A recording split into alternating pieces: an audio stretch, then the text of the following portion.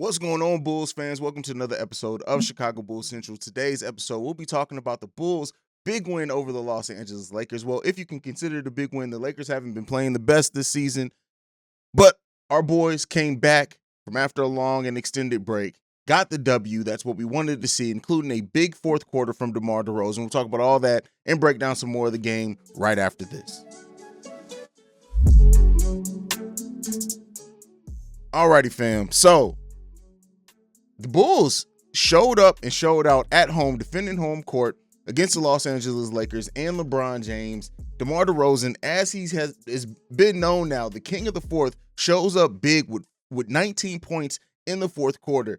And this was a balanced attack that you want to see from the Bulls. Every starter besides Javonte Green scoring in double digits with a balanced attack. We got Vooch, a solid game from Vooch. Not the best game, right, as far as shooting percentage-wise, but he was 8 for 17, 3 for 6 from three-pointers. He had 13 rebounds, 2 assists, 1 steal, and 19 points with a positive plus-minus of plus 16. Every starter had a positive plus-minus in this game, and this is the balanced attack that you want to see from the Chicago Bulls. Yes, DeMar DeRozan had to turn it up in the fourth quarter, but that's what he's here for.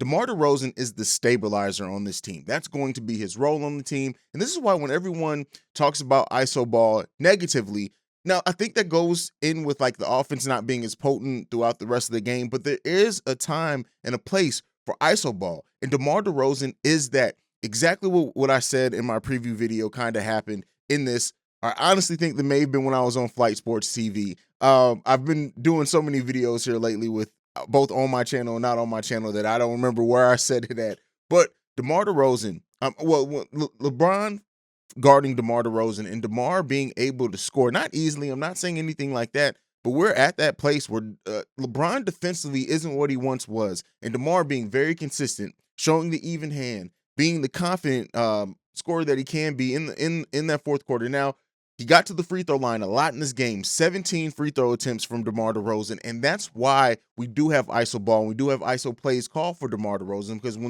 when shit gets tight, right, DeMar's ability to get to the free throw line is a difference maker for this team. DeMar with 38 points in this game, 4 rebounds, 6 assists, 1 steal, only 3 turnovers. Very solid game. Now, he didn't shoot the best percentage either. He was 11 for 24, which isn't terrible, right? Let me make sure it isn't terrible, but it's not as efficient as we've seen him in some games. But overall, DeMar DeRozan came and played the way that we need him to play in this game. Alex Caruso inserted into the starting lineup in this game because of Zach LaVine being out. 17 points, 9 rebounds, 2 assists, 1 steal from Alex Caruso. Again, showing why he's so versatile on this team. And at times guarding LeBron James as well.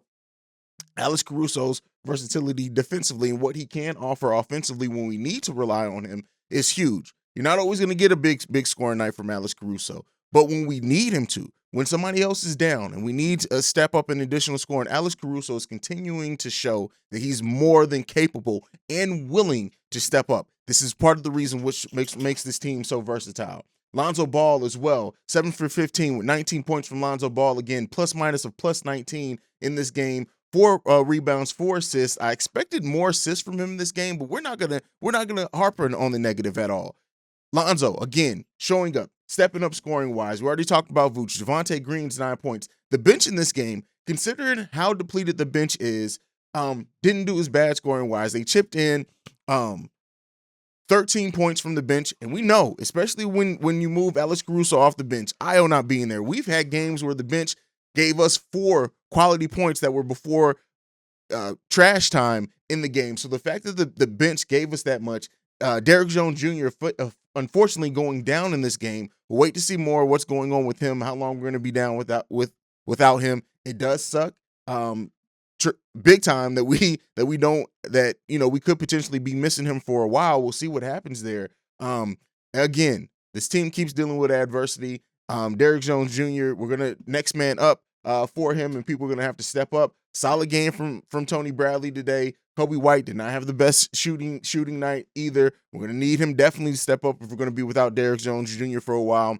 All that being said, all in all, really good game from the Chicago Bulls. Played solidly on offense, solidly on defense. Not the best on either side of the ball, right?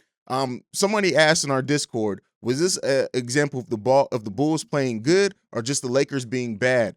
And honestly, it was a bit of both here, right? Both teams had their bad stretches. Both teams didn't look as well. The Lakers have been a 500 team for the most part of the season, so they are who we thought they were. But the Chicago Bulls weren't didn't look as good on offense or defense as we know that they can do in this game. But the key thing is that they showed up, they got the win. Non-efficient shooting nights from both Russell Westbrook and LeBron James. Also, Isaiah Thomas. We know that he hasn't played very many games with the Lakers, but also not the biggest efficiency night for him either. He was more efficient than either of those two in his scoring. But LeBron still got his 31 points, and that's the way that the Bulls are going to defend. It's not about necessarily the number of points or anything else. LeBron had a monster night with 31, 13, and 6, and also 2 blocks. But with that being said, he didn't shoot the best efficiency. It was only 1 for 7 from three-pointer, 11 from 21 from the field. They did a solid job on guarding LeBron James tonight. But Russell Westbrook, 9 for 19. That's the type of efficiency you want to force him to be at. He hasn't been playing that great over the course of the season either. Great win from our Chicago Bulls. Solid win. It was great to have Bulls basketball back at home, and we are right back to it, right? We're right back. The Bulls are right back to it tonight. Gotta, again, keep winning, keep showing that how we can continue to improve and everything else like that.